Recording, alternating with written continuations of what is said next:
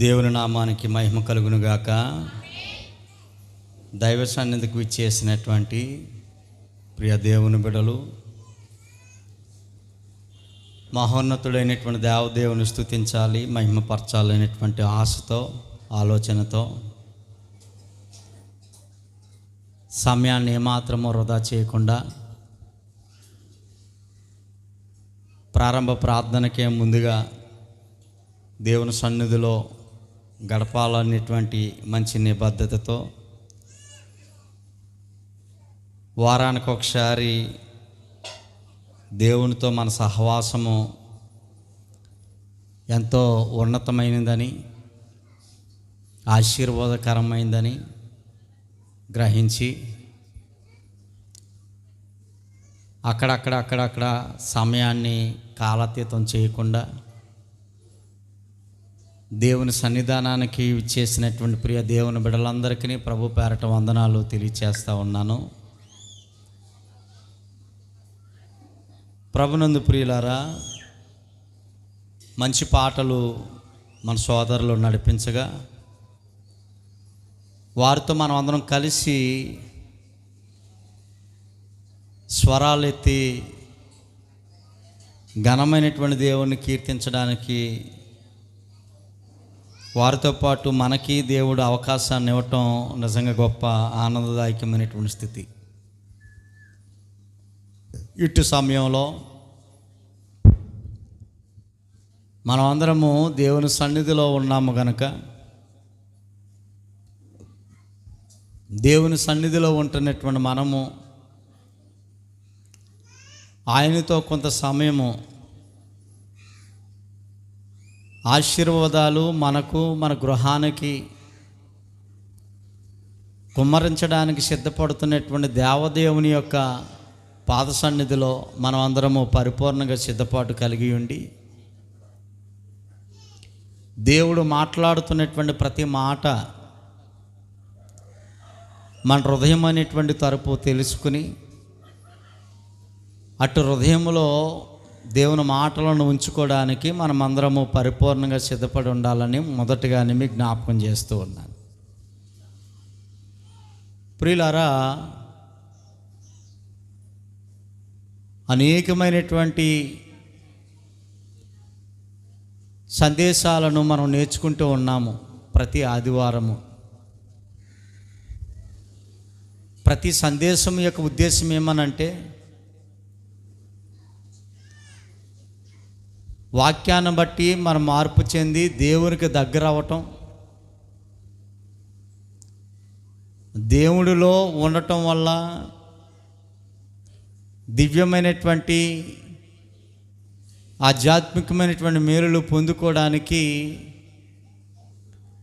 వాక్యము మనకి ఎంతో దోహదపడుతూ ఉంటుంది.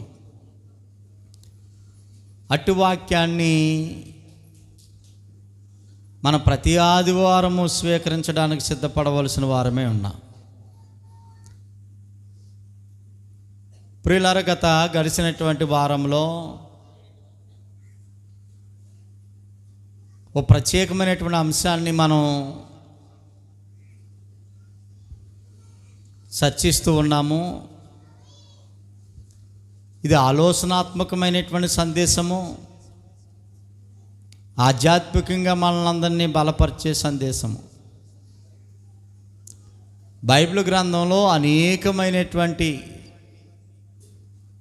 పాఠాంశాలు మహాదేవుడు మన కొరకు ఆయన భద్రపరిచి అటు గ్రంథాన్ని మన చేతుల్లో ఆ గనుడైనటువంటి దేవుడు ఉంచిన రీతిని బట్టి ఆయనకి ఎంతో కృతజ్ఞతాస్తుతులు చెల్లించబద్దులమై ఉన్నాము. ప్రభునందు ప్రియులారా, గడిచినటువంటి సందేశము మనందరి మనసుల్లోనూ పుట్టే ప్రశ్నతో ప్రారంభించబడింది. ఆ యొక్క సందేశం ఒక ప్రశ్న కాదు, మన హృదయాల్లో అనేకమైనటువంటి ప్రశ్నలు మెదులుతున్నప్పుడు ఈ లోకంలో ఎక్కడా దొరకనటువంటి సమాధానము కేవలము దేవుని గ్రంథం యొద్ద మాత్రమే దొరుకుతుందని అటు గ్రంథాల యొద్దకు మనం వచ్చి మనలో పుట్టిన మెదులుతున్నటువంటి ప్రశ్నలకు సమాధాన సారాంశమే ఈ సందేశాల యొక్క పరమార్థము.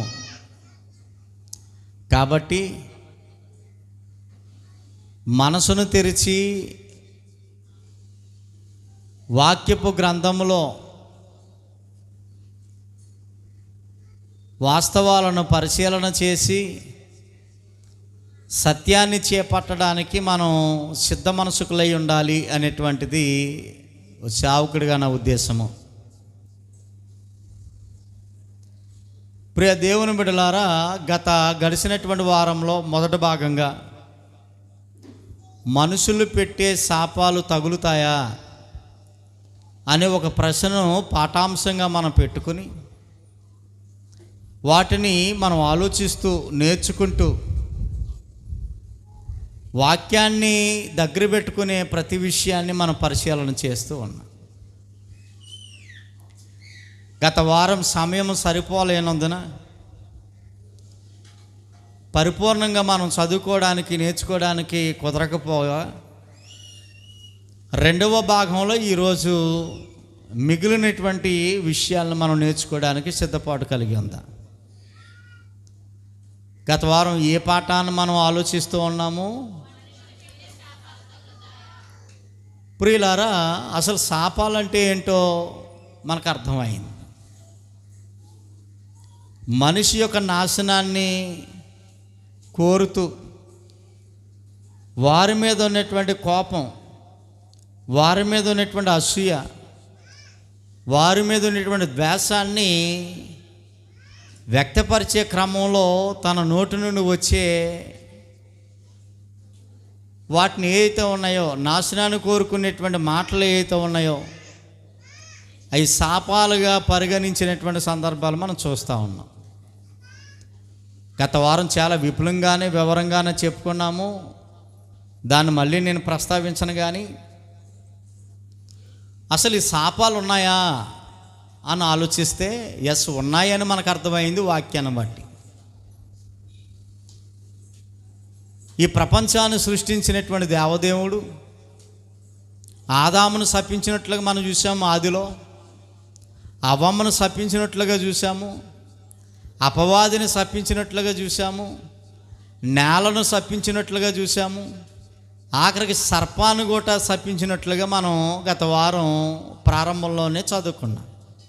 అంటే శాపాలు ఉన్నాయని, ఆ శాపాలు దేవుడు పెడతాడని, అవి ఖచ్చితంగా తగులుతాయని మనకు అర్థమైంది. శాపాలు పెట్టడం దేవునికి ఇష్టం కాదు. కానీ దేవుని యొక్క ఆజ్ఞను ఎవరైతే తిరస్కరిస్తారో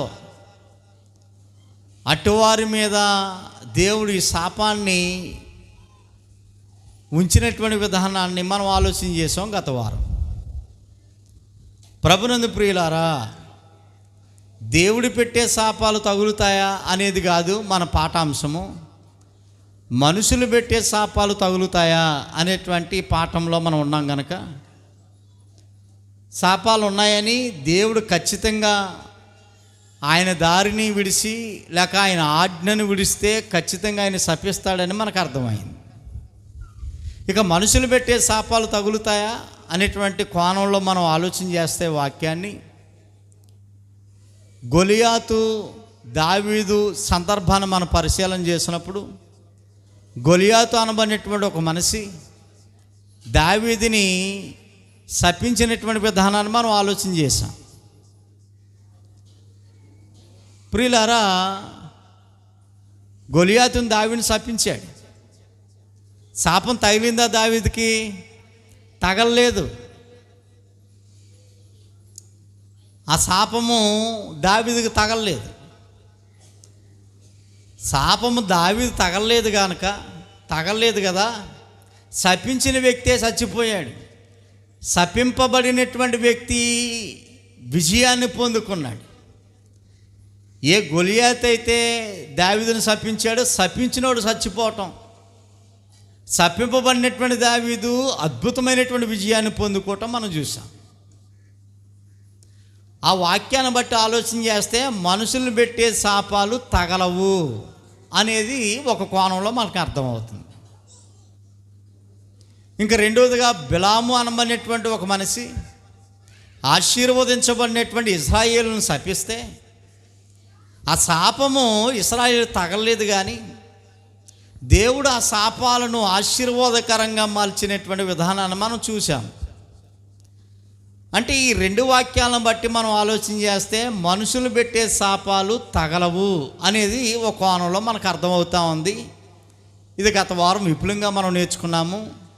వాళ్ళు కొత్తగా ఈరోజు వస్తే వారికి కొంచెం రివిజన్ చేస్తూ ఉన్నాను, వాళ్ళకి అర్థం అవడం కొరకు. ఇది ఒక భాగం అనుకుంటే, రెండవ కోణంలో మనం పరిశీలన చేస్తే దేవుని ప్రవక్త అయినటువంటి ఎలీషా గారు ఒకానొక పట్టణానికి వెళ్తున్నప్పుడు ఊరు బయట పిల్లలందరూ ఆడుకుంటున్నారు. ఎలీషా ప్రవక్తను చూసి, బోడివాడ మా ఊరు రావద్దు, వెళ్ళిపో బోడివాడ అని దైవజనుడిని హేళన చేశారు, అవమానపరిచారు, సిగ్గుపరిచారు. దైవజనుడైనటువంటి ఎలీషా గారు దేవుని పేరట వారిని శపించినప్పుడు అడవిలో నుండి ఆడ ఎలుగుబంట్లు వచ్చి అక్కడ ఇంచుమించు 40 మంది పైబడి పిల్లల్ని చీల్చి చెండాల్ని చంపేసినటువంటి సందర్భం మనం చూసాం. ఎలీషా గారు శపించినప్పుడు పిల్లలు చచ్చిపోయారు. ఈ కోణాన్ని మనం ఆలోచన చేస్తే ఇందాక మనుషులు పెట్టే శాపాలు తగలవు అనేది మనకు అర్థమైంది. కానీ ఈ వాక్యాన్ని మనం పరిశీలన చేస్తే మనుషులు పెట్టే శాపాలు తగులుతున్నాయి అనేది మరొక కోణంలో మనకు అర్థమవుతుంది. గత వారం చెప్పినటువంటి ప్రసంగం అంతా మళ్ళీ ఇప్పుడు చెప్పను, కానీ ఆ రెండు విషయాలు మనకు అర్థమైంది. ఇంకా మనం లోతుగా ఆలోచన చేస్తే శపించటము ఎవరికైతే ఇష్టమో ఆ శాపము తిరిగి వారి మీదకే వస్తుందని, శపించిన వారి మీదకే వస్తుందని, ఎదుటివారు నాశనం అయిపోవాలనేటువంటి కోణంతో ఎవరైతే ఇష్టపడి అసూయతో దోషణతో శపిస్తారో ఆ శాపము తిరిగి వారి మీదకే వస్తుందని మనం గత వారం ఈ విషయాలన్నీ నేర్చుకున్నాం. ఇంతకీ గత వారం నేర్చుకునేటువంటి మొదటి భాగంలో శాపాలు ఉన్నాయా లేవా? ఉన్నాయని మనకు అర్థమైంది.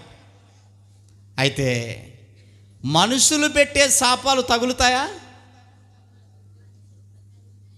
చెప్పాలా? గత వారం గ్యాప్ వచ్చింది కాబట్టి మర్చిపోయామంటారా? తగులుతాయా తగలవా? తగులుతాయి.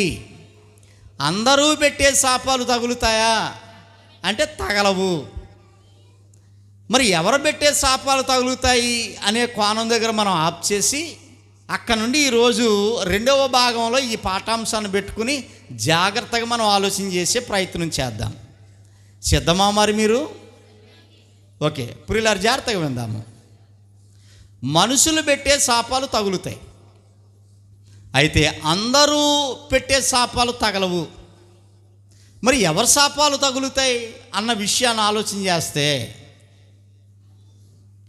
భక్తులు పెట్టే శాపాలు తగులుతాయి అనేటువంటి విషయం మనకు అర్థమవుతా ఉంది. దైవిక కోణంలో 2 రకాల మనుషులు ఉంటారు. ఎప్పుడు క్రైస్తవ సమాజంలో 2 రకాల మనుషులు, ఒకరు భక్తిహీనులు, 2 భక్తిపరులు. అర్థం చేసుకునే ప్రయత్నం చేయండి.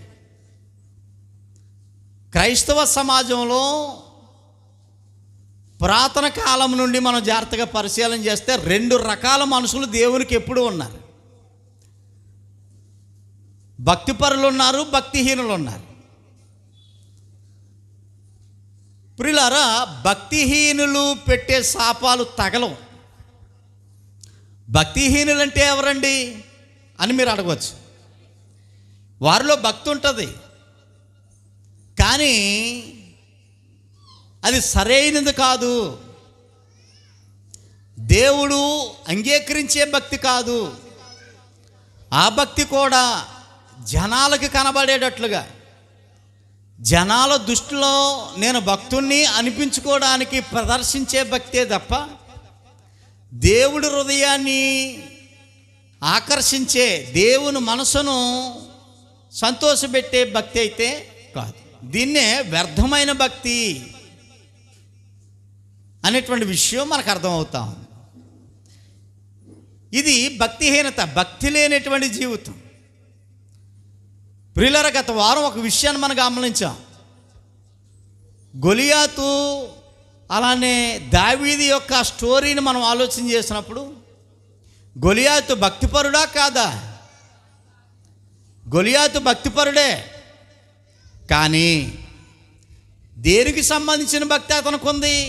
నిజదేవునికి సంబంధించిన భక్తి అయితే లేదు. చూడండి, దావీదుని శపించినప్పుడు వారి దేవతలను బట్టి శపించాడట. వారి దేవతల పేరు మీద శపించాడు. అంటే దేవతలను ఏం చేస్తున్నాడు? అతను పూజిస్తూ ఉన్నాడు, ఆరాధిస్తూ ఉన్నాడు, భక్తి చేస్తూ ఉన్నాడు. అంటే అతను భక్తిపరుడే, కానీ ఆ భక్తిలో ఏమి లేదు? సారము లేదు, ఆ భక్తిలో నాణ్యత లేదు.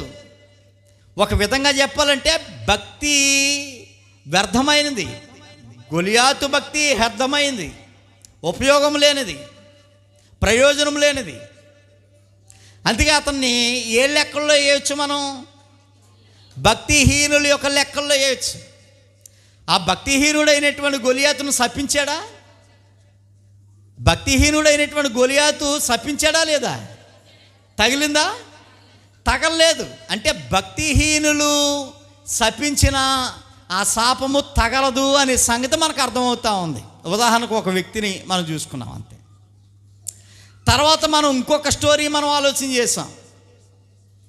ప్రవక్త అయినటువంటి ఎలీషా, అతను భక్తిహీనుడా భక్తిపరుడా? భక్తిపరుడు. నిజమైన దేవుణ్ణి ఆరాధిస్తూ ఉన్నాడు, యథార్థత కలిగి ఉన్నాడు, నీతిపరుడై ఉన్నాడు, దేవుని పని మీద వెళుతూ ఉన్నాడు వేరే ఒక ప్రాంతానికి. అలాంటి భక్తిపరుడు శపించిన విధానం, అతన్ని కానీ అతని దేవుణ్ణి కానీ దూషిస్తే, అవమానిస్తే, శపిస్తే, ఆ భక్తిపరులు ఎవరినైతే శపిస్తారో వారికి ఖచ్చితంగా శాపం తగులుతుందని ఎలీషా గారి యొక్క స్టోరీని బట్టి మనకు అర్థమవుతా ఉంది. ఓకే, బాగానే ఉంది. ఇప్పుడు ఈ రెండు సందర్భాలను బట్టి మనకి ఏమర్థమవుతుందంటే మనుషులు పెట్టే శాపాలు తగులుతాయా? తగులుతాయి అని అర్థమైంది. ఏ మనుషులు పెట్టే శాపాలు తగులుతాయి? భక్తిపరులు పెట్టే శాపాలు తగులుతాయని, భక్తిహీనులు పెట్టే శాపాలు తగలవని మనకి ఓ క్లారిటీగా వచ్చింది. ఓకే, బాగానే ఉంది. అందుకే ప్రియులారా, యెషయా గ్రంథము 44వ అధ్యాయంలో గత వారం ఒక మాటను మనం చదువుకున్నాము. యెషయా గ్రంథము 44వ అధ్యాయంలో 26వ వచనము, నేనే నా సేవకుని మాట దృఢపరచువాడును. అర్థమవుతుందండి? నా దూతల ఆలోచన నెరవేర్చువాడును. ఎవరు మాట్లాడుతూ ఉన్నారు ఈ మాటలు? దేవుడు. నా సేవకుని మాట, సేవకుడు అని అంటే పాస్టర్ గారే అని అనుకోకండి, భక్తిపరుడు ఎవరైనా కానీ మనుషుల్లో దేవునికి సంబంధించినటువంటి భక్తి చేస్తున్నటువంటి మనుషులు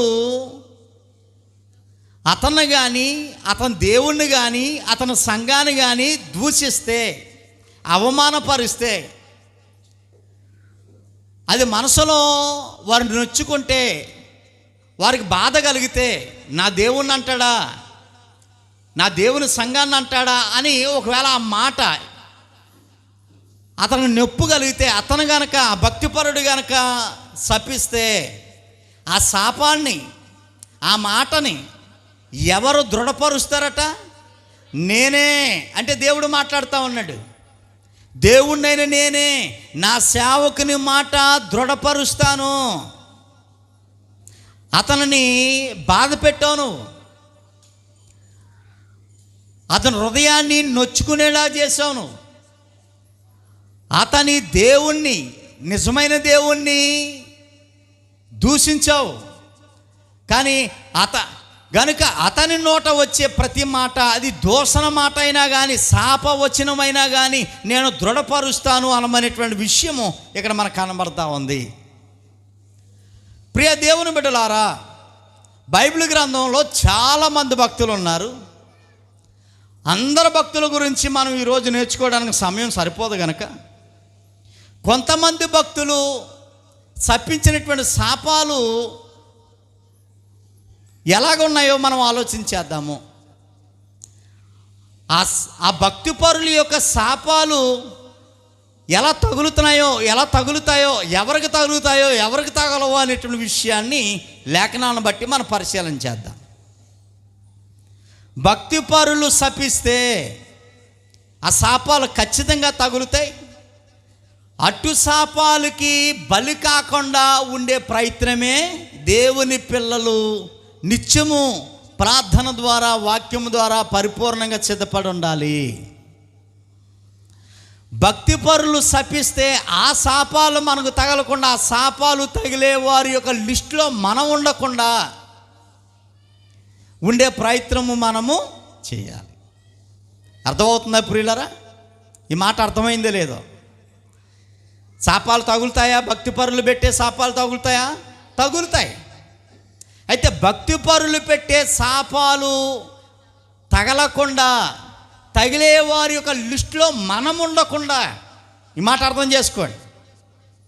భక్తి పరులు శపిస్తే ఆ శాపాలు ఎవరికైతే తగులుతున్నాయో ఆ తగిలే వారి యొక్క లిస్టులో మనం కానీ, మన పిల్లలు కానీ, మన కుటుంబం కానీ ఉండకుండా సిద్ధం చేసే ఏర్పాటే ఈ పాఠాంశం యొక్క ఉద్దేశం. శాపాల నుండి బయట పడవేసే అద్భుతమైనటువంటి మార్గము ఈ సందేశం యొక్క ఉద్దేశం. శాపాలను బారి పడకుండా, శాపాలకు దూరంగా ఉండి నిత్యాశీర్వాదాలకు వారసులుగా మనము, మన పిల్లలము, మన కుటుంబాలు ఉండే విధంగా సిద్ధం చేయడానికే ఈ యొక్క ఆదివారం యొక్క ఆరాధన యొక్క సందేశం యొక్క ప్రాముఖ్యత. ఆలోచిద్దాము. బైబిల్ గ్రంథంలో చాలామంది భక్తులు ఉన్నారు. పాత నిబంధనలో ఉన్నటువంటి కొంతమంది భక్తుల పేర్లు చెప్పండి ప్రియులారా, మీకు ఎవరైనా తెలిస్తే. పాత నిబంధనలో భక్తుల పేర్లు మీకు ఏమైనా తెలిస్తే ఏమండి? అబ్రహాము గారు, యెస్సీ గారు, ఇర్మియా గారు, ప్రవక్తలు గారు, వీళ్ళంతా. ఇంకా యోబు గారు, మోసే గారు, మీకు తెలిసినవి చెప్పండి. దావీదు గారు, ఇలా చాలామంది భక్తులు మనకి కనబడతా ఉన్నారు. క్రొత్త నిబంధనలో భక్తుల పేర్లు చెప్పండి. క్రొత్త నిబంధనలో ఉన్నటువంటి భక్తులు పౌలు గారు, పేతురు గారు, యోహాను గారు, ఇలాగా. ప్రియ దేవుని బిడ్డలారా, చూడండి, పౌలు భక్తుడి గురించి మనకు బాగా తెలుసు. ఆయన బైబిల్ గ్రంథంలో, ముఖ్యంగా క్రొత్త నిబంధనలో అనేకమైనటువంటి జ్ఞానపు గ్రంథాలని, పత్రికలను దేవుని యొద్దకు నడిపించే అద్భుతమైనటువంటి పత్రికలను రాసినటువంటి భక్తుడు. లోకంలో ఉన్నటువంటి ఒక వ్యక్తి దేవుళ్ళలోకి ఎలా రావాలో, దేవుళ్ళలోకి వచ్చినటువంటి వ్యక్తి ఎలా బలపరచబడాలో, వాక్యము చేత ఎలా నడిపింపబడాలో, ఆ విషయాలన్నీ దేవుని శక్తి చేత గ్రంథాలను రచించినటువంటి భక్తుడు. ఇంచుమించు 14 గ్రంథాలు రాశాడు ఈ భక్తుడు.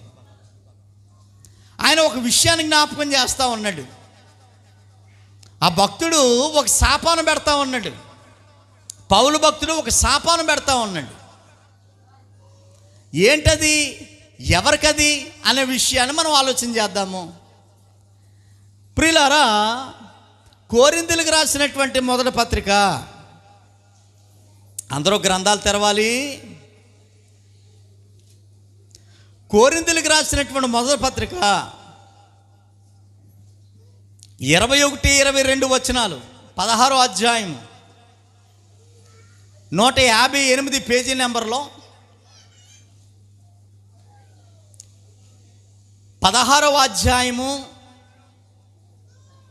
21-22 వాక్యాలు మనం చదువుకునే ప్రయత్నం చేద్దాము. పౌలను నేను నా చేతితోనే వందన వచనము రాయిచున్నాను. చూడండి, ఈ పత్రిక రాస్తూ కొరింథీ సంఘానికి ఈ పత్రిక రాశాడు. కొరింథీ పట్టణానికి, కొరింథీ పట్టణంలో ఉన్నటువంటి సంఘానికి, దేవుని సంఘానికి ఉత్తరం రాసు ఉత్తరాన్ని ముగిస్తూ ముగింపు మాటలుగా ఒక విషయాన్ని జ్ఞాపకం చేస్తున్నాడు ఆయన. నా స్వహస్తాలతోనే, నా చేతితోనే వందన వచనం రాయిచున్నాను అని వందనాలు చెప్తూ ముగింపు మాటలుగా 22వ వచనంలో ఒక ప్రాముఖ్యమైనటువంటి విషయాన్ని ఆయన బయలుపాటు చేశాడు. ఎవడైనను, జాగ్రత్తగా అండర్లైన్ చేయండి ఆ మాట, పెన్నులు ఉంటే రాసుకోండి, లేకపోతే జాగ్రత్తగా వినే ప్రయత్నం చేయండి. ఎవడైనను ప్రభువును ప్రేమింపకుంటే వాడు శపింపబడునుగాక. ప్రియులారా, జాగ్రత్తగా విందాం మీ మాటలు. ఎవరు చెప్తున్న మాట ఇది? పౌలు భక్తుడు. ఇది ఆశీర్వాదమా శాపమా? అమ్మ, దీవిస్తున్నాడా శపిస్తున్నాడా? శపిస్తూ ఉన్నాడు. ఎవడైనను అంటే అర్థం ఏంటనంటే, పుట్టినటువంటి వారిలో కానీ, పుట్టున్న వారిలో కానీ, పుట్టబోయే వారిలో కానీ, గడిచిపోయిన కాలంలో కానీ, గడుస్తున్న కాలంలో కానీ, గడవబోయే కాలంలో కానీ, ఏ కాలమందైనను ఎంతటి గొప్పోడైనా చిన్నోడైనా మనిషి అనే వ్యక్తి ఎవడైనా కానీ ఎవరినట? ప్రభువుని ప్రేమింపకుంటే, అనగా దేవుణ్ణి ప్రేమించకపోతే ఏమవుతాడట? వాడు శపింపబడతాడు. ప్రియ దేవుని బిడ్డలారా, దేవుణ్ణి ప్రేమించటము అని అంటే ఎప్పుడో జనవరి 1కి ఓ బియ్యం మూట ఇవ్వటం దేవుని ప్రేమించటం అవునా కాదా? ఎప్పుడో జనవరి 1కి ఓ బియ్యం మూట ఇవ్వటం దేవుని ప్రేమించినట్టు కాదు అది. లేదా గోడకి రంగేయటం దేవుని ప్రేమించినట్టు కాదు. లేదా ఒక వస్తువు ఇచ్చి దేవుని ప్రేమించడం కాదు. దేవుని ప్రేమించేవాడు, పాస్టర్ గారు నేను దేవుని ప్రేమించడం లేదేటండి, నేను రాకపోయినా, కొంతమంది అంటూ ఉంటాడు, నేను రాకపోయినా మా ఆవిని పంపిస్తూ ఉన్నాను గుళ్ళోకి, నేను రాకపోయినా పిల్లల్ని పంపిస్తూ ఉన్నాను, నేను దేవుని ప్రేమించకపోవటం ఏంటి అనేవాళ్ళు ఉన్నారా లేదా? సమాజంలో ఉన్నారు. నేను గుళ్ళోకి రావటం లేదు కానీ నిత్యము దేవుణ్ణి జ్ఞాపకం చేసుకుని నేను పనికి వెళ్తాను, జ్ఞాపకం చేసుకుని అన్నీ దేవుని తనుసుకుని అన్నీ చేస్తానని అంటూ ఉంటుంటారు చాలామంది. జ్ఞాపకం చేసుకున్నంత మాత్రాన దేవుణ్ణి ప్రేమించినట్టు కాదు. దేవుణ్ణి ప్రేమించేవాడు దేవుడి ఆజ్ఞను శిరస వహించి పాటిస్తాడు. దేవుని ప్రేమించేవాడు దేవుడి ఆదేశాలను క్రమము తప్పకుండా అనుసరిస్తాడు.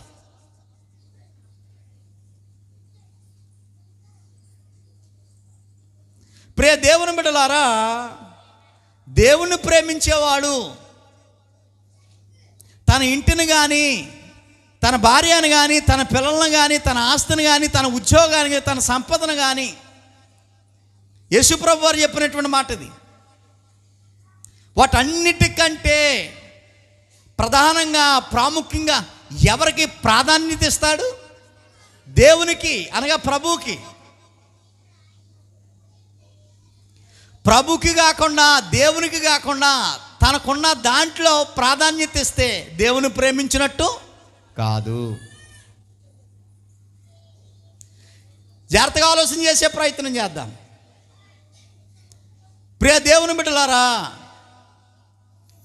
ఈ రోజున నాకు మంచి రాబడి వస్తూ ఉంది, నాకు వచ్చే రాబడిని నేను వదులుకోలేను. దేవుని కంటే ఎక్కువ రాబడి, ఎస్ దేవుని కంటే ఎక్కువ అనుకుంటే నువ్వు దేవుణ్ణి ప్రేమించినట్టు కాదు. పని కంటే ఎక్కువ, క్షమించాలి, దేవుని కంటే నా పనే ఎక్కువ, దేవుని కంటే నా ధనమే ఎక్కువ, దేవుని కంటే నా భార్య ఎక్కువ, దేవుని కంటే నా భర్త ఎక్కువ, దేవుని కంటే నా ఇల్లు ఎక్కువ, దేవుని కంటే సమస్తము ఎక్కువే అని సమస్తానికి కళ్ళ ముందు కనబడే, ఇంతలో కనబడే అంతలో ఆవిరైపోయే కొద్దిపాటి దానికి ప్రాధాన్యత ఇచ్చి ఉంటుంటే దేవుని ప్రేమించినట్టా కాదా? దేవుని ప్రేమించినట్టు కాదు. ప్రియ దేవుని బిడ్డలారా, ఆలోచన చేద్దాము. ఎవడైనాను, అందులో స్త్రీలు ఉన్నారు, పురుషులు ఉన్నారు, ధనవంతులు ఉన్నారు, పేదవారు ఉన్నారు, అన్ని కాలాలకి సంబంధించినటువంటి మాట, ఎవడైనాను ప్రభువును ప్రేమింపకుంటే వాడు శపింపబడునుగాక. ఎవరు ఈ శాపాన్ని వ్యక్తపరుస్తున్నది? ఎవరు? భక్తుడైనటువంటి పౌలు. మనుషులు పెట్టే శాపాలు తగులుతాయా? ఏ మనుషులు పెట్టే శాపాలు తగులుతాయి? భక్తి పరులు పెట్టే శాపాలు తగులుతాయి. భక్తుడైనటువంటి పౌలు గారు ఒక శాపాన్ని పెడుతూ ఉన్నాడు ఇక్కడ. ప్రభువుని ప్రేమింపకుంటే నీకు ఆరోగ్యాన్ని ఇచ్చేది ప్రభు, నీకు ఆయుష్ను ప్రసాదించేది ప్రభు, నీకు ఇంటినిచ్చేది, భార్యనిచ్చేది, పిల్లల్నిచ్చేది, నీకు సమస్తాన్ని ఇచ్చేది ప్రభు. అట్టు ప్రభును ప్రేమింపకుంటే ఖచ్చితంగా నువ్వు శపింపబడతావు అని భక్తుడైనటువంటి పౌలు చెప్తా ఉన్నాడు. ఆ శాపం మనకు తగలకుండా ఉండాలి అని అంటే ఇప్పుడు ప్రభును ప్రేమించాలా లేకపోతే ప్రభును ప్రేమించకూడదా? ప్రేమించే వారి యొక్క లిస్టులో మనం ఉండాలి. ఆ శాపం మనకు తగలకుండా ఉండాలి అని అంటే ఖచ్చితంగా ఈ శాపం నీకు తగులుతుంది అని నేను అన్నగాని ఒకసారి అలా కళ్ళు మూసుకుని ఈ శాపం నేరుగా ఎన్ని కుటుంబాల మీదకి వస్తూ ఉందో ఒకసారి ఆలోచన చేయాలి. ప్రపంచవ్యాప్తంగా ఈ శాపం ఎంతమంది వ్యక్తుల మీదకి వస్తుందో ఒకసారి ఆలోచన చేయాలి. మనం ఇలా చదువుకుంటూ ఉంటుంటే కొన్ని మాటలు మనల్ని చాలా భయంకరంగా శోధిస్తూ ఉంటాయి. వాక్యానికి ఆ శక్తి ఉంది కనుక, అయ్యో నా కుటుంబం చాలా భక్తిపరుల యొక్క కుటుంబం అనుకున్నానే, నా భర్త చాలా మంచోళ్ళు అనుకున్నాను, నా భార్య చాలా మంచిది అనుకున్నాను, నా పిల్లలు చాలా మంచోళ్ళు అనుకున్నాను. కానీ భక్తిపరుడైనటువంటి పౌలు పెట్టే శాపం నేరుగా నా కుటుంబం మీదకి వస్తూ ఉంది. ఈ వాక్యాన్ని బట్టి ఆలోచన చేస్తే నా కుటుంబంలో ప్రభువుని అనగా దేవుణ్ణి ప్రేమించలేని వారు ఉన్నారు. దేవుని కంటే ఎక్కువగా మరొకదానికి ప్రాధాన్యత ఇచ్చేవాళ్ళు ఉన్నారు. అంటే అట్టు శాపము నుండి తప్పించుకునే అవకాశము లేకపోలే అని చెప్పేసి బాధపడే వాళ్ళు ఎంతమంది ఉన్నారు ఒకసారి ఆలోచన చేయాలి. 22వ వచనము, ఎవడైనాను మరొకసారి ప్రభువును ప్రేమింపకుంటే వాడు శపింపబడునుగాక అని పక్కన మాట అన్నాడు ఆయన. ప్రభువు వచ్చిచున్నాడు. ప్రియులారా, జాగ్రత్తగా ఆలోచన చెప్పండి. మీరు మిమ్మలను పోషించింది ఎవరు? దేవుడే. మనల్ని పోషించేది దేవుడే. ఇంకో మాట చెప్పనా, మనలను సాతాను యొక్క బంధకాల్లో విడిపించి రక్షించింది ఎవరో మనస్ఫూర్తిగా చెప్పండి. మీకు తెలిస్తే ప్రభువే. సాతాను యొక్క అభయాస్తాల నుండి విడిపించి రక్షించినటువంటి మహోన్నతుడైనటువంటి ప్రభు. అలాంటి రక్షణ భాగ్యాన్ని అనుగ్రహించినటువంటి ప్రభును ప్రేమించొద్దా? అలాంటి నిత్య స్వర్గానికి తీసుకుని వెళ్ళే ప్రభువును ప్రేమించొద్దా అంటే ఆ ప్రభు మాకొద్దు, ఈ లోకపరంగా ఉన్నటువంటి అయ్యే మాకు ముద్దు. ప్రభు మాకొద్దు, పనే ముద్దు. ప్రభు మాకొద్దు, డబ్బే ముద్దు. ప్రభు మాకొద్దు, ఇంకా ఆ లిస్టులో ఏయేయో ముద్దు అనేటువంటి వారి యొక్క సంఖ్యలో చాలామంది ఉన్నారు. పౌలు భక్తుడు శపిస్తూ ఉన్నాడు, ప్రభువును ప్రేమింపకుంటే నువ్వు శపింపబడునుగాక అని. ఆ మాట చదువుకుంటున్నప్పుడు వింటున్నప్పుడు గుండె జల్లుమంటా ఉంది. ప్రభువు వచ్చుచున్నాడు, నిన్ను లెక్కలు అడుగుతాడు బోన్లో పెట్టి. నీ కోసం నేను సిలువలో రక్తాన్ని కారిస్తే నన్ను ప్రేమించవా నువ్వు? నీ కొరకు నేను ముళ్ళు కిరీటం పెట్టుకుంటే నన్ను ప్రేమించవా నువ్వు అని ప్రభు నిన్ను బోన్లో పెట్టి నిన్ను లెక్కలు అడిగితే నువ్వేం చెప్తావు? కింద ప్రభువు వచ్చుచున్నాడు అనేటువంటి మాటలో అరమిక్లో అక్కడ ఉన్నటువంటి పదం ఏంటంటే మరణాత అనేటువంటి పదం అక్కడ రాయబడ్డది. ప్రభు వచ్చుచున్నాడు అంటే జాగ్రత్త, త్వరలో రాబోతున్నాడు ఆయన, జాగ్రత్త. ప్రభువును ప్రేమించకుండా, రక్షించిన ప్రభువును ప్రేమించకుండా ఈ లోకమే శాశ్వతం, నీ జీవితమే శాశ్వతం అనుకుని నీ సంతోషం కోసం, నీ జీవిత భోగభాగ్యాల కోసం, నీ ఆనందం కోసం నిన్ను రక్షించిన ప్రభువుకి దూరం అయిపోతూ ఉన్నావు. నిన్ను సంరక్షించినటువంటి నీ ప్రభువుకి నీ కుటుంబం దూరం అయిపోతూ ఉంది. ప్రభువు వచ్చుచున్నాడు, జాగ్రత్త అనేటువంటి విషయాన్ని జ్ఞాపకం చేస్తా ఉన్నాడు. ప్రియ దేవుని బిడ్డలారా, మరొక వాక్యాన్ని మనం చదువుకోబోతా ఉన్నాము. మరొక భక్తుడు ఇర్మియా భక్తుడు దగ్గరికి వెళ్దాము. ఇర్మియా భక్తుడు చూడండి ప్రియులారా, 11వ అధ్యాయము. పౌలు భక్తుడు పెట్టినటువంటి శాపాన్ని మనం ఆలోచన చేశాము. రెండోదిగా ఇర్మియా భక్తుడి దగ్గరికి మనం వెళ్ళబోతా ఉన్నాము. 3వ అధ్యాయము 637 పేజీ నెంబర్లో 637 పేజీ నెంబర్లో 11వ అధ్యాయము ఇర్మియా గ్రంథము. దయచేసి అందరూ గ్రంథాలు తెరవాలి. 3వ వచనము, ఇశ్రాయేలు దేవుడని యెహోవా సెలవిచ్చినదేమనగా, ఈ నిబంధన వాక్యములను జాగ్రత్తగా విందాము. ఈ నిబంధన వాక్యములను విననొల్లని వాడు శాపగ్రస్తుడగును. మీరు విన్నది కరెక్టేనా? ఎవరు? ఏ భక్తుడు ఇతను? ఇర్మియా భక్తుడు. మనుషులు పెట్టే శాపాలు తగులుతాయా అమ్మ? అందరూ చెప్పాలి నాకు. మనుషులు పెట్టే శాపాలు తగులుతాయా? తగులుతాయి. ఏ మనుషులు పెట్టే శాపాలు తగులుతాయి? భక్తి పరులు పెట్టే శాపాలు తగులుతాయి. భక్తిహీనులు పెట్టే శాపాలు తగలవు, ఖచ్చితంగా తగలవు. తగలవు కానీ ఆ శాపాలు మళ్ళీ వారి మీదకే, వారి పిల్లల మీదకే, వారి కుటుంబం మీదకే వచ్చేస్తాయి. భక్తి పరులు పెట్టే శాపాలు తగులుతాయి. అందులో ఒకటి పౌలు భక్తులు పెట్టే శాపం ఒకటి మనం చదువుకున్నాము. రెండోదిగా ఇర్మియా భక్తుడు పెట్టే శాపం ఒకటి ఇక్కడ మనకు కనబడతా ఉన్నది. మరొకసారి, యెహోవా సెలవిచ్చినదేమనగా, ఈ నిబంధన వాక్యములను. ఏ నిబంధన వాక్యములను?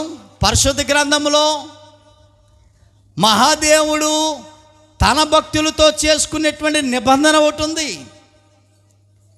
ప్రియులారా, మనందరి దగ్గర బైబిల్ ఉన్నాయండి? ఉన్నాయి.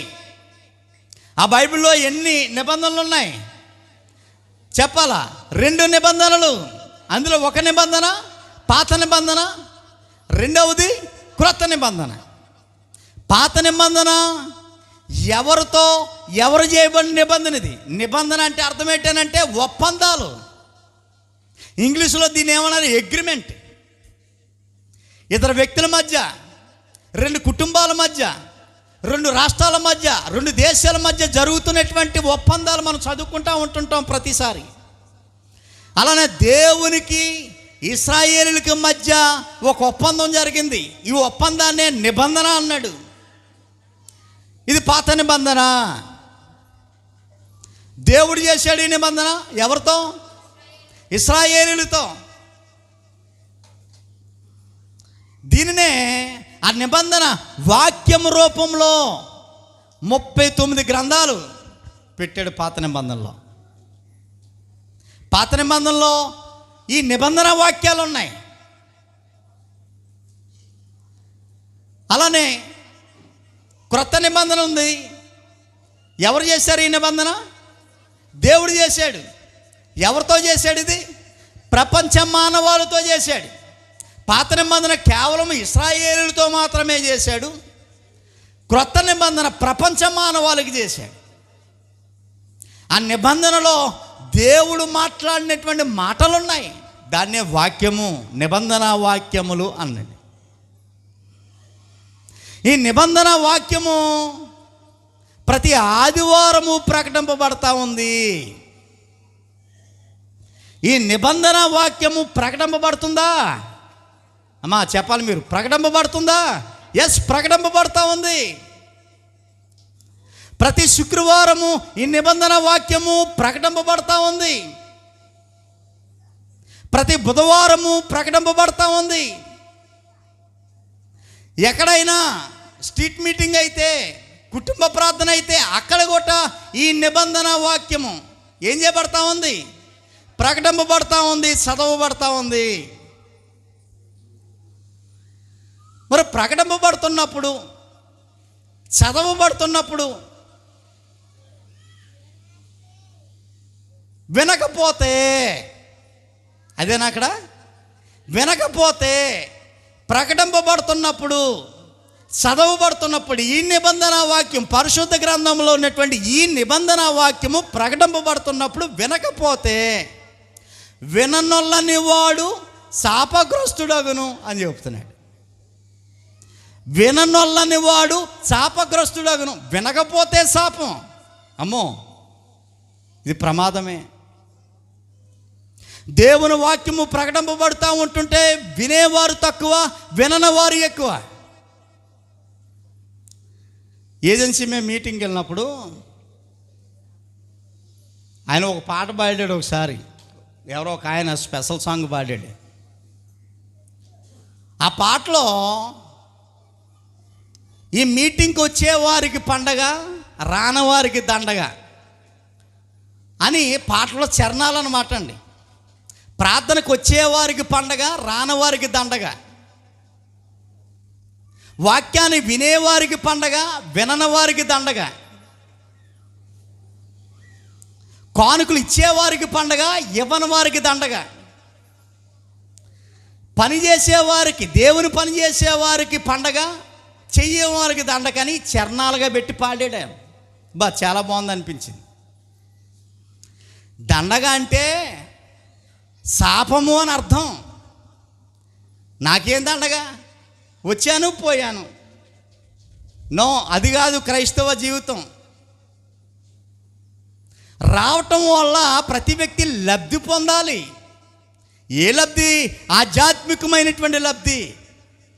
దీనినే మనం ఏమంటా ఉన్నామంటే ఆశీర్వాదము అని అంటా ఉన్నాం. దేవుడి దగ్గరికి వచ్చాము అని అంటే ఆశీర్వాదాల యొక్క మూట పట్టుకుని వెళ్ళాలి ఇంటికి. ఇది అర్థమవుతుందా? అర్థం చేసుకునే ప్రయత్నం మనం చేయాలి. దేవుని యొక్క నిబంధన వాక్యము ప్రకటింపబడుతూ ఉంటుంటే ఒకవేళ నువ్వు వినకుండా, వాక్యాన్ని వినకుండా, ఎలక పిల్లల గురించి మనకు బాగా తెలుసు. మన ఇళ్ళల్లో ఎలకలు ఉంటాయి. Kiss kiss kiss kiss kiss అని తెగాడుతూ ఉంటుంటాయి. కింద ఎలకలు పడేసేయండి. చిన్న చిన్న పిల్లలు kiss kiss kiss kiss kiss. పాటలు పాడుతుంటే kiss kiss kiss kiss kiss. ఎవరు? భక్తి పరులుగా, ఎలక పిల్లలు కాదు, పోలి ఎలక పిల్లలను పోలినటువంటి భక్తులు కొందరు ఉన్నారు క్రైస్తవ సమాజంలో. నేను మిమ్మల్ని అంటలేదు. ఇదే కర్మరా బాబు అని అనుకోకండి. ప్రతి చోట ఇదే విధానం ఉంది. ప్రతి చోట ఇదే విధానం ఉంది. పాటలు పాడుతుంటే kiss kiss kiss kiss kiss kiss. అయ్యో మర్చిపోయారే, నేనున్న స్థలం ఏంటి, నేను ఎక్కడికి వచ్చాను, మర్చిపోయామే. నిబంధన వాక్యము ప్రకటింపబడుతూ ఉంటుంటే kiss kiss kiss kiss kiss kiss. ఎలక పిల్లల గోల. చిన్నపిల్లలు కాదు పాపం, అన్యం పుణ్యం ఉంది వాళ్ళకి, దేవునితో సమానం. పిల్లలకి మహాసరదా. పిల్లలు కాదు ఈ కిస్ కిస్ కిస్. ఎవరు మరి? పెద్దలు. పెద్దలు ఒకవేళ ఎవరికైనా సిరాకు వచ్చి పక్కోళ్ళతో చెప్తే ఇది పెంట అనుకున్నావా మందిరం అనుకున్నావా నువ్వు అని అడిగితే నాకు పెంట అయినా మందిరం అన్నా ఒకటే, kiss kiss kiss kiss kiss kiss. అర్థమవుతుందా ప్రియులరా? ప్రియ దేవుని బిడ్డలారా, దేవుని సన్నిధి పవిత్రమైనది, దేవుని సన్నిధి శక్తివంతమైనది. దేవుని సన్నిధి యొక్క ప్రాధాన్యత అత్యంత విలువైనది. మనం ఎక్కడికి వచ్చామో తెలుసా? ఆయన పాదాల యొద్దకు. అసలు ఆయన పాదాల యొక్క స్పర్శ తగిలితేనే జన్మ పుణ్యం అయిపోతుంది. ఆయన కనబట్టలేదు కాబట్టి సులకన అనేటువంటి భావన బహుశా ఒకవేళ ఎవరినన్నా ఉన్నట్టుంటే ఇప్పుడే ఈ క్షణమే తీసేయండి. ఆయన కనబడితే నువ్వుండవు, నేనుండను. అర్థమవుతుందండి? చూడండి మరొకసారి ఇర్మియా గ్రంథం 11వ అధ్యాయంలో భక్తుడైనటువంటి ఇర్మియా గారు చెప్తున్నటువంటి మాట, ఈ నిబంధన వాక్యమును విననొల్లని వాడు, వినేవాడు కాదు విననొల్లని వాడు ఎవడైతే వాక్యాన్ని విండో,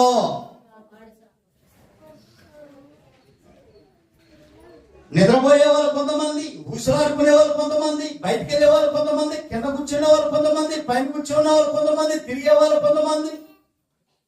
ఎప్పుడెప్పుడు ఇది నిబంధన వాక్యము ప్రకటిస్తున్నటువంటి సందర్భంలో సమయంలో ఈ పరిస్థితులు కనబడతా ఉంటుంటాయి. దేవుడు అంటే లెక్క లేదా, దేవుడు అంటే భయం లేదా, రెండూ లేవు అనేటువంటి భావంలో చాలా మంది ఒకవేళ ఉన్నారేమో. ప్రియ దేవుని బిడ్డలారా, ప్రేమతో విషయాన్ని జ్ఞాపకం చేస్తున్నాను. నా పిల్లలు బాగోవాలి,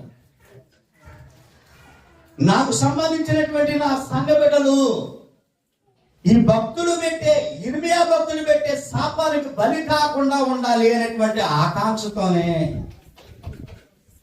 పౌలు భక్తులు పెట్టే శాపానికి నా పిల్లలు, నా సంఘ పిల్లలు బలి కాకూడదు, ఇర్మియా భక్తులు పెట్టే ఈ శాపానికి నా సంఘ బిడ్డలు, నా సంఘంలో ఉన్నటువంటి కుటుంబాలు బలి కాకూడదు అనేటువంటి ఉద్దేశంతోనే ఈ విషయాన్ని మీకు జ్ఞాపకం చేస్తాం.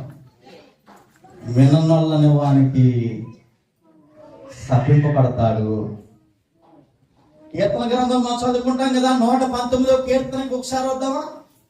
దావీదు భక్తుడు ఒక విషయాన్ని జ్ఞాపకం చేస్తున్నాడు. అక్కడ దావీదు భక్తుడు 119వ కీర్తన 119వ కీర్తన 21వ వచనాన్ని మనం చదువుకోబోతా ఉన్నాము. గర్విష్ఠులను దేవుడు గద్దించి ఉన్నాడు, నీ ఆజ్ఞలను విడిచి. అర్థమవుతుందా? నీ ఆజ్ఞలు అంటే ఎవరి ఆజ్ఞలు? దేవుని ఆజ్ఞలు. ఎక్కడున్నాయి? దేవుడు రాయించిన గ్రంథంలో ఉన్నాయి, పరిశుద్ధ గ్రంథంలో ఉన్నాయి. నీ ఆజ్ఞలను విడిచి తిరుగువాడు శాపగ్రస్తులు. భక్తుడైనటువంటి దావీదు పెడుతున్నటువంటి పరిస్థితి. భక్తుడైన పౌలు శాపాన్ని మనం చూసాం, భక్తుడైనటువంటి ఇర్మియా శాపాన్ని మనం చూసాం, భక్తుడైనటువంటి దావీదు శాపాన్ని మనం ఆలోచన చేసాం. మళ్ళీ ఇర్మియా గ్రంథానికి వెళ్దామా? ఇర్మియా గ్రంథము 48వ అధ్యాయము 48వ అధ్యాయంలో 10వ వచనము 669 పేజీ నెంబర్లో, యెహోవా కార్యమును, ఎవరి కార్యం అంట? దేవుని కార్యాలండి. యెహోవా కార్యం అంటే దేవుని కార్యములను అశ్రద్ధగా చేయవాడు శ్రాపగ్రస్తుడవును గాక అని చెప్తున్నాడు. ఇక దేవుని బిడ్డలారా, దేవుని కార్యాలు ఆయా విధానాలుగా, రకరకాల విధానాలుగా ఉంది. వారి సామర్థ్యాన్ని బట్టి, వారి స్తోమతను బట్టి చేసే కార్యం. నీ స్తోమత ఎంతో, నీకున్నటువంటి కెపాసిటీ ఎంతో దేవుని కార్యాన్ని నీ ద్వారా చేయించడానికి, లేకపోతే నువ్వు ఈ కార్యాన్ని దేవుడు పని ఏదైతే ఉందో, ఈ కార్యం ఏదైతే ఉందో ఆ పని చేయడానికి నీ స్తోమత ఎంత ఉందో ఆ పని భయభక్తులతో, చాలా శ్రద్ధాభక్తులతో చేయవలసినటువంటి అవసరం అంటున్నావు. నువ్వు పూనుకుంటే, నేను ఈ పని నేను చేయాలి, ఈ పని నా కుటుంబం చేయాలని నువ్వు నిర్ణయించుకున్న నాడే ఆ పని చేయడానికి శ్రద్ధాభక్తులతో చేయాలి.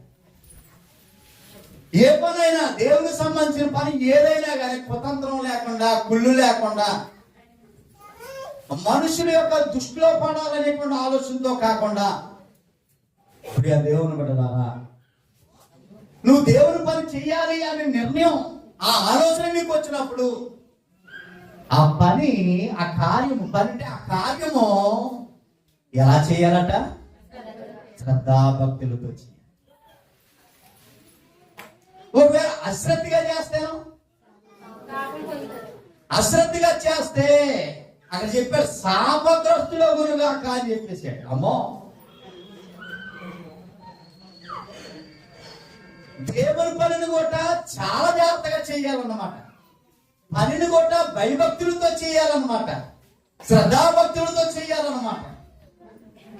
ఈ రోజున ప్రియ దేవుని బిడ్డలారా, అవసరం వారు సొంతంగా ఖర్చు పెట్టేది ఎక్కువ, దేవునికి ఖర్చు పెట్టేది తక్కువ. చాలా వ్యక్తులు మనం ఆలోచన చేసినప్పుడు, చాలా కుటుంబాలను మనం ఆలోచన చేసినప్పుడు, వారి సొంత కార్యాలకి ఖర్చు చేసేది ఎక్కువ, దేవునికి ఖర్చు చేసేది తక్కువ. కాదు అసలు, ఒకసారి ఏమీ కనపడదు, ఏముండదు. మరి సొంతానికి ఎంత ఎందుకు ఖర్చు పెట్టారంటే, ఇప్పుడు అంత ఖర్చు పెట్టడం వల్ల జనాలు విష్టిలో పడతారు. బలి ఘనంగా చేసేసారు అనుకుంటారండి. జనాలు అనుకుంటే అనుకోవచ్చు, కానీ నీ గురించి దేవుడు అనుకోవాలి. దేవుడి లిస్టులో నువ్వు పడాలి. దేవుడి లిస్టులో నువ్వు పడాలంటే దేవుని కొరకు నువ్వేం చేసావు, దేవుని కొరకు నువ్వేం ఖర్చు చేస్తావు, దేవుడు నీకు ఎంత ఇచ్చాడా? బైబిల్ గ్రంథంలో కొంతమంది భక్తులు ఆలోచన చేస్తే, నిరుపేదలైన దేవుని కార్యం చేయడానికి ధారాళమైనటువంటి స్థితి కలిగి ఉన్నారట. ఇంకా గొప్ప చిత్రం ఏంటంటే ప్రియులారా, సామాజ్యము కంటే ఎక్కువ చేశారట. వారికి ఉన్న సామాజ్యం తక్కువ. వారి కెపాసిటీ 1000 రూపాయలు అనుకోండి, 10,000 రూపాయలు చేసినటువంటి ఘనత దశలోనికలో ఉన్నటువంటి వారి గురించి చెప్తున్నటువంటి సందర్భం. అలాంటి భక్తులు నేను సమాజంలో కరువైపోయారు. దేవుని కార్యాలు చేసేవాళ్ళు చేయట్లేదండి. ఎందుకు చేయట్లేదు? కానీ మనసు పూర్తిగా దేవుని కొరకు చేసేవాళ్ళు తక్కువైపోయారు. వారి పేరు కొరకు, వారి గొప్పతనం కొరకు, ప్రజల దృష్టిలో పడడం కొరకు చేసేవాళ్ళు ఎక్కువ మంది. వద్దు వద్దు వద్దు ప్రియ దేవుని బిడ్డలారా. భక్తుడైనటువంటి ఇర్మియా పెడుతున్నటువంటి శాపం ఏంటంటే, నువ్వు గనక దేవుని కార్యాన్ని అశ్రద్ధగా చేస్తే దానివల్ల నీకు ప్రమాదం వచ్చే అవకాశం ఉంది, శాపము అని చెప్తాడు.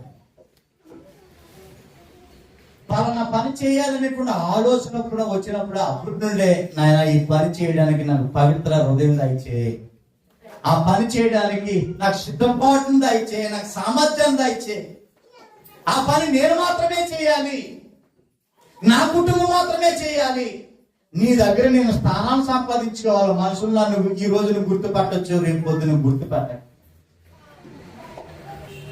ఈ రోజు నన్ను భలే అనొచ్చు, తర్వాత చీ అంటారు. ఇదే మనుషుల యొక్క పొగడతలో నాకు అవసరం లేదు నాయన, నాకు ఆ సామర్థ్యాన్ని ఇచ్చే, నీ కొరకు నేను పాటు పాడాలనుకుంటున్నాను. నీ కార్యాన్ని, నీ నామానికి మహిమ తెచ్చే కార్యాన్ని నేను చేయాలనుకుంటున్నాను. నన్ను వాడుకోవా? నీ చేతిలో పాత్రగా నన్ను వాడుకోవా? నీ పనిముట్టిగా నన్ను వాడుకోవా? నీ పని చేయాలనేటువంటి ఆసక్తి నాకు ఉంది. సొంత పనులు కాదు. సొంత పనులు చేసుకోవడానికి చాలా మంది చాలా ప్రయాసపడుతున్నారు. మంచిదే, ప్రయాసపడాలి. కానీ దేవునికి ఇచ్చే ఆ స్థానం ఒకటి ఉంది చూశారు నీ జీవితం నుండి. దేవునికి ఇచ్చే సమయం ఒకటి ఉంది చూశారు. దేవునికి ఇచ్చే ప్రాధాన్యత ఒకటి ఉంది చూశారు. అది ఎప్పుడు దేవుని స్థానానికి ఎప్పుడు ప్రథమ స్థానం ఇచ్చే విధంగానే మన జీవితంలో ఉండాలి. అంతకు మించి ఏది సాధించినా ఉపయోగం. బండి వెళ్ళిపోతుంది కానీ ఉపయోగం లేని బండి. కాబట్టి కష్టపడి లేకపోతే ఏదో చేసి ఎన్ని చేసినా బండి అయితే ఆగదు. నీ సంసారం లేకపోతే నీ కుటుంబం, నీ జీవితం హ్యాపీగానే వెళ్ళిపోతుంది. 70 సంవత్సరాలు అక్కడ ఆగిపోతుంది. అక్కడ పూలు దండలు పెట్లు ఇవన్నీ ఉంటాయి. కానీ తర్వాత ఇంక ప్రయాణం లేదని నువ్వు అనుకుంటే పరపోతుంది. తర్వాత కోట్ల ప్రయాణం ఉంది. అది ఈ 70-60 సంవత్సరాల్లోనే ఆ ప్రయాణం కొనసాగింపే ఈ యొక్క ఆరంభ జీవితం యొక్క ప్రయాణం. శాశ్వతమైనటువంటి ప్రయాణానికి కొనసాగింపు ఇక్కడ నిర్ణయించబడుతుంది భూమి మీద. అది నీవు దేవుని కొరకు నువ్వు చేసే పనిని బట్టి ఉంటుంది. అది నువ్వు అశ్రద్ధగా చేస్తున్నావా, శ్రద్ధగా చేస్తున్నావా అనేటువంటి విషయం. ప్రతి ఆదివారానికి ముందు దేవుని మందిరాన్ని కలిగే వాళ్ళు ఎంతో మంది ఉన్నారు మన సంఘంలో. ఓకే, మంచిదే, చాలా సంతోషం, మంచిది, చాలా సంతోషం. ప్రార్థన అయిన తర్వాత కూడా కూర్చే వాళ్ళు కలిగే వాళ్ళు ఎంతో మంది ఉన్నారు, చాలా సంతోషం. ఈ శాపలు నీ కుటుంబంలో నీ పిల్లలు ఎవరైనా వేసారా, నువ్వు వేసారా? ఒకసారి ఆలోచించే. ఈ కుర్చీలు నీ కుటుంబంలో నువ్వు కానీ నీ పిల్లలు కానీ వేసారా? ఒకసారి ఆలోచించే. ఆ మధ్య ఎవరో మన సంఘం గ్రూప్లో ఏదో పోస్ట్ పెట్టారు. అందరూ అన్నీ సిద్ధపడిన తర్వాత వీళ్ళు నేను కూర్చొని రావటం కాదు. ఎవరో అది ఫోన్లో ఉండిపోయింది. అది మంచి మాట రాశారండి. అందరూ దేవుని మందిరంలో అన్నీ సిద్ధం చేసిన తర్వాత నేనేళ్ళు కూర్చోవటం కాదు, భక్తులు కూర్చోవడానికి నేనేం చేశాను అనేటువంటి సిద్ధపాటు శనివారమే రావాలట. నిజమైనటువంటి భక్తులకు మాత్రమే వస్తుందని ఆయన మంచి మాట రాశాడు. నిజంగా చాలా ఆనందం వేసింది.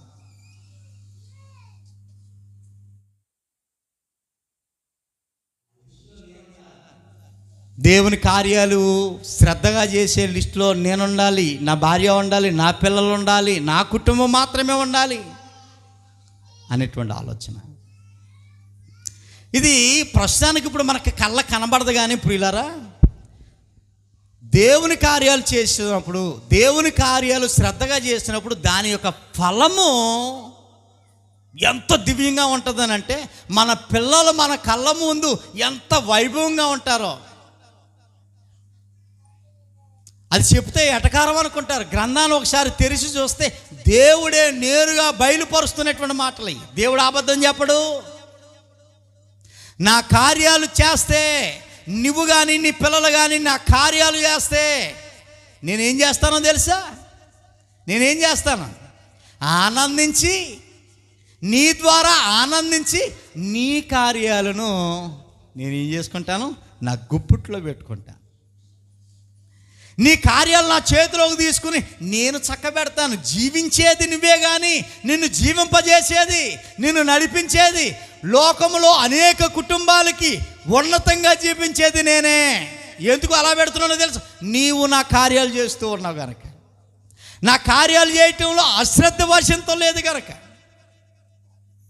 భక్తి భావాలతో, శ్రద్ధాభక్తులతో నా కార్యాలు చాలా ఇంట్రెస్ట్గా చేస్తూ ఉన్నా కనుక నీ కార్యాలు నేను చేస్తానని చెప్తున్నాడు ఆయన. ప్రియులారా, ఈ మాట నిజమేనా? దేవుని పని మనం చేస్తే మన పని ఆయన చేస్తాడా? ఎంతమంది నమ్ముతున్నారు ఇది? ఒకసారి మీకు ఏమైనా గుర్తుంటే ఈ మాటను ఖచ్చితంగా మనం నమ్ముతున్నాం అన్న వాళ్ళు ఒకసారి అలా చేయొద్దండి. దేవుని కార్యాలు చేస్తే దేవుడు మన కార్యాలు చేస్తాడనేటువంటి మాట. వెరీ గుడ్, చాలా సంతోషం.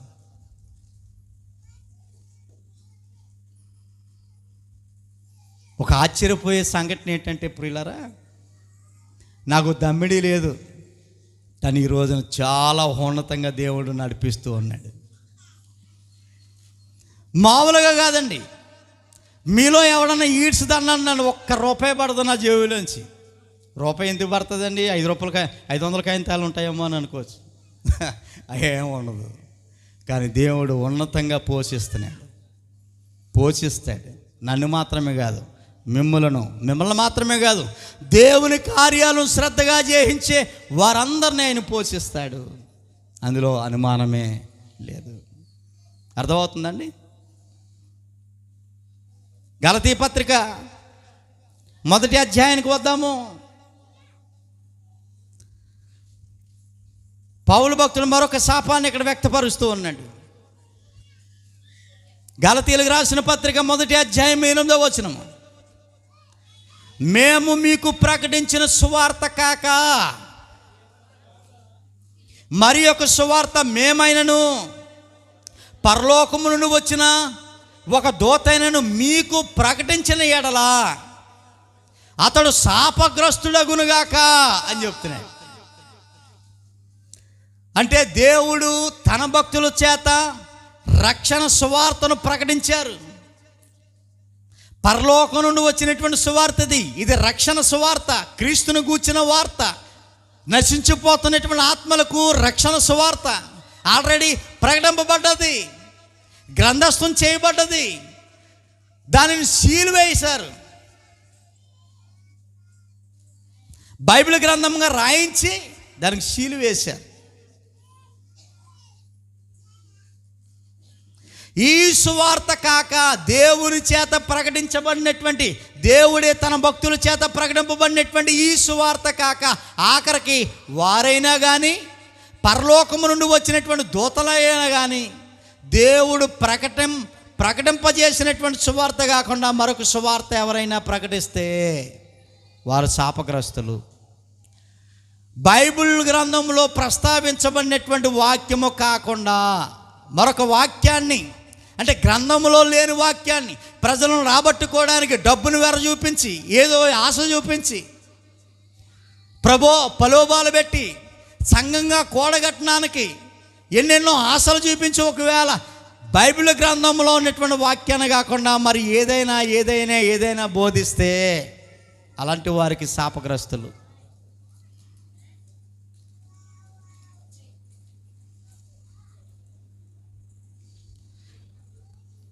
తొమ్మిదవ వచనము. మేమది వరకు చెప్పిన ప్రకారము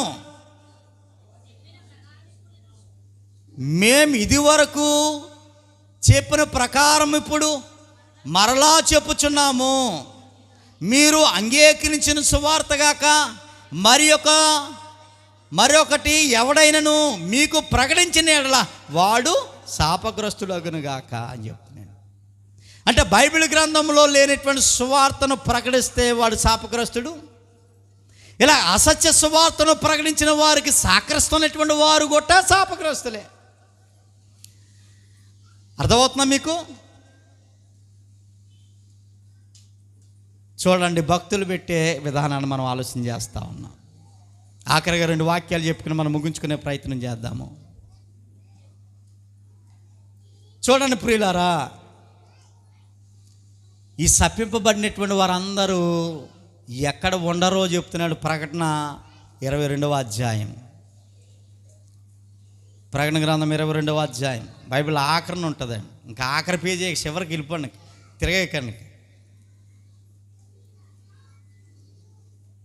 3వ వచనము 22:3.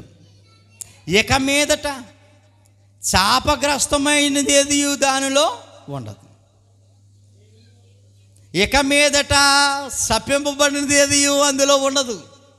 ఎక్కడ ఉన్నదని చెప్తున్నాడు ఇక్కడ? పరలోకములో శపింపబడినది ఏది ఉండదు. మరి ఏముంటుంది? అంత ఆశీర్వాదము, పవిత్రత, పరిశుద్ధత, నీతి పరలోకంలో ఉంటుంది. పరలోకంలో ఏముండదని చెప్తున్నాడు? శాపము ఉండదు. శపింపబడినటువంటి వ్యక్తులు అక్కడ ఉండరు. మరి ఎక్కడుంటారు మీరు? శపింపబడినటువంటి వారు అందరూ ఎక్కడుంటారు? పరలోకంలో అయితే ఉండరు. కానీ మత్తయి సువార్త 25వ అధ్యాయంలో ప్రభువారు చెప్పారు కదా, మత్తయి సువార్త 25వ అధ్యాయంలో 41వ వచనము. అప్పుడు ఆయన ఎడమవైపు ఉన్న వారిని చూచి, శపింపబడిన వారులారా, నన్ను విడిచి అపవాదిని వాని దూతలకు సిద్ధపరచిన నిత్యాగ్నిలోకి పోండి అని వారిని ఒక పర్మనెంట్ ప్లేస్కి పంపించేసే సందర్భం మనం చూస్తాం. నిత్యాగ్నికి శపింపబడినటువంటి వారు ఉండే నిత్యాగ్ని అనగా నరకం. ప్రియ దేవుని బిడ్డలారా, మనం ఎక్కడ ఉండాలి? మన ఆశ, మన భక్తి, మన ప్రార్థన, మనం అందరం ఎక్కడ ఉండాలని కోరుకోసారి గట్టిగా చెప్పండి. మనం అందరం ఎక్కడ ఉండాలి? పరలోకములో. పరలోకంలో ఉండాలి అంటే ఎవరు పెట్టే శాపాలు ఎవరు పెట్టే శాపాల యొక్క లిస్టులో మనం ఉండకూడదు. భక్తులు పెట్టే శాపాలు మనకు తగలకుండా ఉండేవారి యొక్క లిస్టులో మనం ఉండాలి. అర్థమవుతున్నా ప్రియులారా? గత వారం ఈ వారం ఒకే అంశాన్ని మనం నేర్చుకున్నాము. ఏంటి అంశం? ఏంటి? మనుషులు పెట్టే శాపాలు తగులుతాయా అని చెప్పండి. అర్థమైతే చెప్పండి. శాపాలు అన్నవి ఉన్నాయా? ఉన్నాయి. ఆ శాపాలు ఎన్ని కోణాలుగా ఉంటుందో మీకు తెలుసు. మనుషులు పెట్టే శాపాలు తగులుతాయా? గత వారం కొన్ని మాటలు చెప్పుకున్నాం మనం. దేవుడు పెట్టే శాపాలు తగులుతాయి. భక్తిహీనులు పెట్టే శాపాలు తగలవు, భక్తిపరులు పెట్టే శాపాలు తగులుతాయి. ఎవరెవరు ఆ భక్తులు ఎవరెవరు అనేటువంటి విషయాన్ని జ్ఞాపకం చేశాడు ఇక్కడ. పౌలు భక్తుడు, ఇర్మియా భక్తుడు, దావీదు భక్తుడు, ఇలా మనం చదువుకున్నాం. కాబట్టి ప్రియ దేవుని బిడ్డలారా, జాగ్రత్త వహించి శాపాల బారిన పడకుండా అందరినీ ప్రేమించి, అందరినీ గౌరవించి, అందరినీ దేవుని యొక్క సన్నిధిలో నడిపించి, మన వంతు ప్రయత్నం దేవునికి సేవలో వాడబడుతూ మన కుటుంబం దేవుని సన్నిధిలో కట్టబడాలనేటువంటి ఉద్దేశము. కాబట్టి ఈ పరిశుద్ధ వాక్యం మన హృదయాల్లో ఉంచుకొని దేవుని ప్రియబిడ్డలుగా మన కుటుంబాలు మనము ఆధ్యాత్మికంగా ఎదగడానికి సిద్ధపడదాము. మంచి మాటలు విన్నటువంటి మీకు ప్రభునామంలో వందనాలు తెలియచేస్తా ఉన్నాను.